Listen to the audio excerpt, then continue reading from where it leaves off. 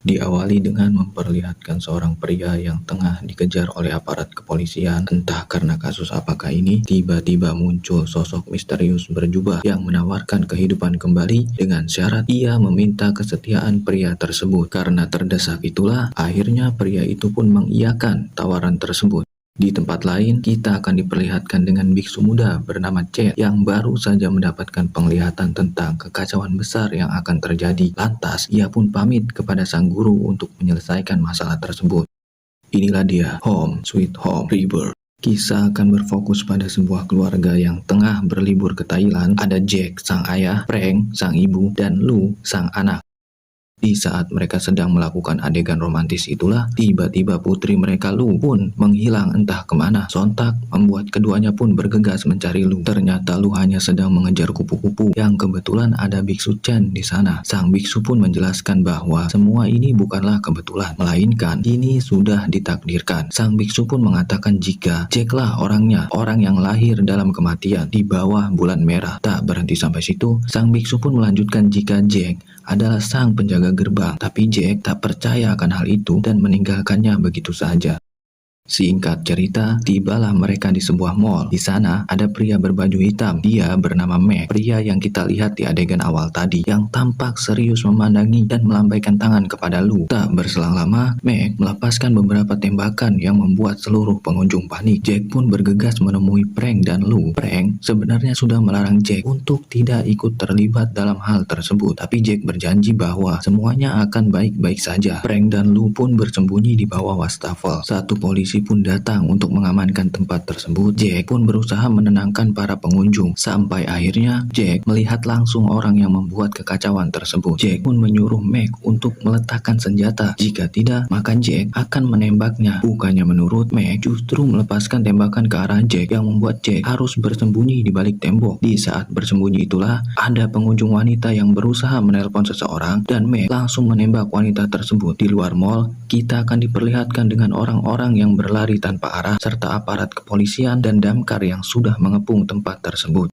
Jack akhirnya melepaskan beberapa tembakan yang tepat mengenai dada Mac. Bukannya marah atau menembak balik, Mac justru berterima kasih kepada Jack dan mengatakan bahwa ritualnya sudah selesai. Tiba-tiba tubuh Mac pun mengeluarkan cahaya merah. Dan akibat ledakan tersebut, semua orang menjadi kerasukan. Kita akan diperlihatkan dengan Frank dan Lou yang sudah keluar dari tempat persembunyiannya. Secara mengejutkan, ada pria yang ingin menyerang mereka, tapi beruntung Frank masih bisa mengatasi orang tersebut. Tak berhenti sampai situ, ketika mereka akan menuruni eskalator, ada dua pria yang menghadang mereka. Frank pun menggunakan tangan manekin tadi sebagai senjata. Di sisi lain, Lou harus menghadapi satu pria lain. Lagi-lagi, Frank dapat mengatasi hal tersebut. Sejenak, kita tinggalkan dulu Frank dan Lou. Kita akan diperlihatkan dengan Jack dan Pak polisi yang sudah sadar akibat ledakan tersebut. Mereka berdua pun tampak bingung dan bertanya kenapa tidak terjadi luka sedikit pun. Padahal ledakan tadi cukup besar. Scene pun berpindah dengan Frank dan Lou yang sudah berhasil keluar lewat pintu belakang. Semua orang saling menyerang satu sama lain. Lou sempat bertanya, "Ibu, apa yang sedang terjadi?" Mereka akhirnya bersembunyi di minimarket. Di sana mereka menemui seorang kasir minimarket yang sudah tak bernyawa. Adegan berpindah ke Jack dan Pak polisi. Mereka masih bingung dengan apa yang terjadi. Mereka berdua pun memeriksa keadaan sekitar. Ada seorang wanita yang berdiri membelakangi mereka, tapi tiba-tiba wanita tersebut langsung menyerang Pak polisi dengan beberapa tusukan. Akibat tusukan itulah, Pak polisi pun mati di tangan wanita tersebut. Jack pun menembakkan beberapa peluru kepada wanita tersebut, tapi peluru tersebut seolah tak berefek kepada sang wanita. Jack hampir saja tertusuk oleh wanita tersebut, tapi beruntung ia masih bisa menghindar dan memukul kepala wanita tersebut. Jack pun langsung meninggalkan wanita tersebut. Di saat Jack sedang bersembunyi dan memeriksa keadaan, sang wanita tadi pun datang dengan cara merayap di atap langit-langit. Jack yang sudah bersiap akan hal itu pun hanya bersembunyi dan bersiap akan hal yang tidak terduga. Tapi tiba-tiba Jack pun diseret dari belakang oleh sang wanita yang memaksa ia harus melepaskan beberapa tembakan. Jack pun lari ke lantai atas mencari Frank dan Lou yang ternyata mereka mereka sudah tidak ada di sana. Adegan pun berpindah ke Frank dan Lou yang masih berada di minimarket. Frank meminta Lou untuk tetap tenang. Frank juga mengatakan bahwa ayahnya pasti akan datang dan mereka akan kembali ke hotel. Lou pun bertanya bagaimana dengan sang nenek. Akhirnya Frank pun mencoba menghubungi sang nenek, tapi sayang di tempat tersebut tidak ada sinyal sama sekali. Mungkin ini dikarenakan ledakan tadi. Frank pun berinisiatif untuk mencoba menghubungi sang nenek lewat telepon minimarket. Dengan berjalan merangkaklah Frank akhirnya sampai ke telepon yang dimaksud. Tiba-tiba muncul pria berbadan gempal yang mengacak-acak minimarket tersebut. Pria tersebut pun sempat memeriksa sang kasir yang ternyata sudah tewas. Alangkah sialnya Lou yang harus terlihat oleh pria tersebut, yang membuat Lou harus merangkak dari satu rak lainnya untuk menghindari pria tersebut. Di saat berjalan mundur itulah Lou dikagetkan dengan hal yang ada di luar, dan hal itu membuat sang pria gempal pun berhasil menemukan Lou. Beruntung Frank datang dan memukul pria tersebut. Di tempat lain, Jack didatangi oleh sang wanita yang membuat Jack harus menghantam kepala wanita tersebut. Jack pun langsung berlari meninggalkan wanita tersebut, tapi sang wanita bisa dengan cepat langsung berada di depan Jack. Akhirnya mereka pun terlibat pertarungan kecil yang membuat sang wanita harus diikat oleh Jack. Frank dan Lou akhirnya keluar dari minimarket tersebut dan mereka melihat ada satu bus yang dihuni oleh orang yang masih normal. Mereka pun bergegas menuju bus tersebut. Di saat yang sama,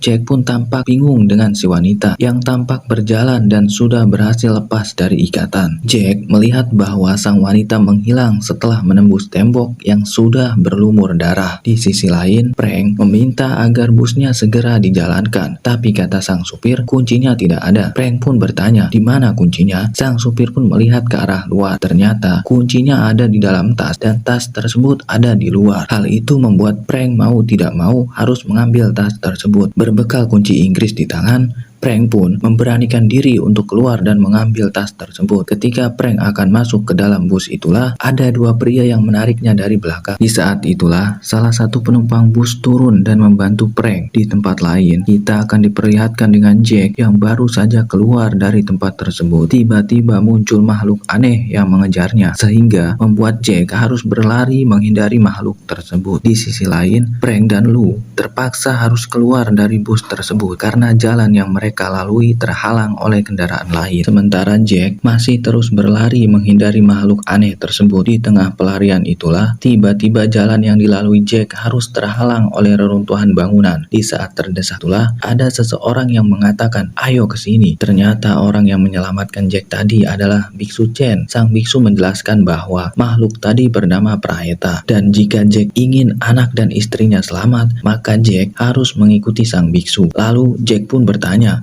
apakah ini mimpi? Sang biksu pun menjawab, tidak, sayangnya ini tidak mimpi. Jack pun kembali bertanya, jika aku tidak bermimpi, di mana aku sekarang? Sang biksu pun menjawab, ini di kamarku. Ini adalah tempat peristirahatan yang aman di Hindran. Sang biksu pun meneruskan bahwa ini adalah kenyataan lain, alam antara surga dan neraka, yaitu tempat bagi mereka yang tersesat. Sang biksu pun menjelaskan bahwa Jack sudah membantu menyelesaikan ritual darahnya. Dengan begitu, Jack sudah membuka gerbang neraka tersebut dan sekarang setan neraka pun bebas berkeliaran di bumi. Sang biksu pun menjelaskan bahwa hanya masalah waktulah sebelum ayahku kembali dengan seluruh kekuatannya. Jack pun bertanya, siapa ayahmu? Ia bernama Wichien. Ia seorang necromancer yang kuat dan ia jugalah orang di balik semua kekacauan ini. Sang biksu pun menjelaskan jika kita masih punya waktu sebelum gerbang itu terbuka sepenuhnya, dan Jack adalah orang yang bisa menutupnya karena ia juga yang membuka gerbangnya. Di tempat lain, Frank dan Lou sudah sampai di kamar hotel. Frank pun melihat ke arah jendela dan sungguh betapa terkejutnya Frank saat melihat keadaan di luar yang sudah porak-poranda. Sementara sang biksu masih menjelaskan atas semua yang terjadi ini kepada Jack. Sampai akhirnya kita akan dibawa flashback ke masa lalu sang ayah. Sang biksu menjelaskan bahwa sang ayah terlalu rakus akan kekuasaan. Sampai pada akhirnya sang ayah pun mencuri dua kitab suci milik gurunya, yakni kitab suci keabadian keabadian abadi dan kitab suci penyerapan energi jiwa. Sang biksu pun menjelaskan bahwa kitab suci tersebut tidak bisa dilihat pada yang belum dipersiapkan. Karena hal itu pula lah kitab suci tersebut menyerapnya. Semakin banyak pengetahuan yang ia peroleh, maka semakin ia melahap tubuh fisiknya. Menyadari tubuhnya semakin melemah, Wei Qian pun menggunakan kekuatan dari kitab suci tersebut untuk menempati tubuh lain, yakni tubuh putranya sendiri yang tidak lain adalah biksu Chen itu sendiri. Di saat ritualnya akan dimulai, sang istri alias ibunya si Chen pun menyelamatkan Chen kecil, dan akibat hal tersebut jiwanya Wei Qian pun diasingkan dari kenyataan. Karena Wei Qian sudah gagal,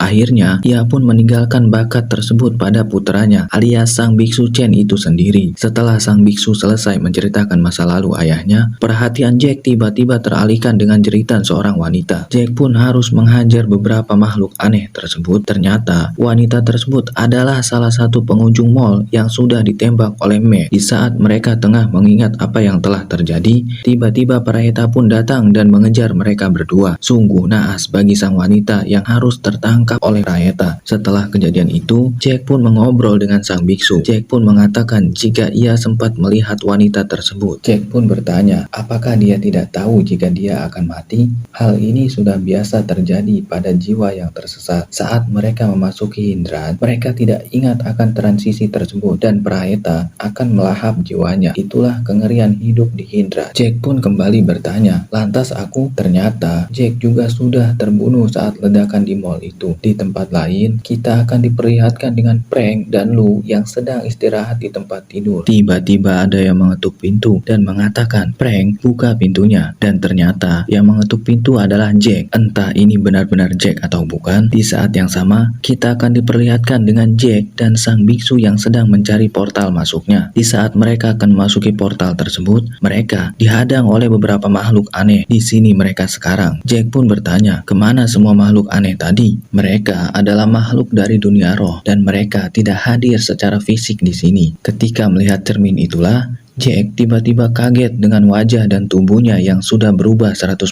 Kenapa aku ada di dalam mayat? Hal itu dikarenakan Jack membutuhkan wadah fisik untuk berada di dunia nyata. Di kamar hotel, kita akan diperlihatkan dengan Frank yang sedang berbincang dengan Jack. Di saat Jack melihat ke arah cermin, ternyata yang ada di hadapan mereka sekarang bukanlah Jack. Itu adalah Meg yang menggunakan fisiknya Jack untuk mengelabuhi mereka semua. Jack yang asli saat ini sedang bersama sang biksu. Sang biksu pun memberikan dua senjata. Yang pertama ada finlock kuno dengan peluru pemanggil, dan yang kedua ada pisau nona metal. Pisau ini terdiri dari 9 elemen logam. Kata sang biksu, hanya dengan senjata inilah Jack mampu untuk mengalahkan Meg. Jack dan sang biksu pun akhirnya sampai di kamar hotel. Tapi sayang, ternyata mereka sudah tidak ada di sana. Tiba-tiba Jack mendengar suara putrinya Lu dan Jack langsung turun ke bawah untuk memeriksanya. Dan benar saja, Frank dan Lu ada di sana. Tiba-tiba kepala Jack dipukul oleh Meg yang membuat Jack harus terjatuh. Meg langsung menyerang Jack. Beruntung, Jack masih bisa menghindari serangan tersebut dan mereka akhirnya melakukan pertarungan jarak dekat. Ketika Jack akan menembak Meg, Meg berhasil mendorong Jack hingga keduanya pun jatuh ke kolam renang. Pertarungan pun dilanjutkan di dalam air. Di saat Jack akan menusuk Meg dengan pisau nona, tiba-tiba Frank mengatakan stop dan menodongkan finlock, dan keduanya pun saling mengatakan bahwa aku adalah Jack yang asli. Tiba-tiba Lu datang dan mengatakan, ayah, apakah itu dirimu? Jack menjawab, ya, aku Jack yang asli, sambil memberikan kode jari kelingking. Tiba-tiba Frank menembak Jack yang asli. Lu berkata, jika orang yang ada di hadapan mereka saat ini bukanlah Jack yang asli. Di sini Jack sekarang, di tempat sang biksu. Mereka pun akhirnya pergi ke tempat di mana Meg membawa Frank dan Lu. Di saat yang sama, kita akan diperlihatkan dengan Meg yang sudah membawa Frank dan Lu kepada Wei Qian. Mereka akan menggunakan Lu untuk ritual terakhir. Di luar, kita akan diperlihatkan dengan Jack dan sang biksu yang juga akan masuk ke tempat tersebut. Tempat tersebut ternyata dijaga oleh Paraheta. Di saat Wei Qian sedang membaca mantra itulah,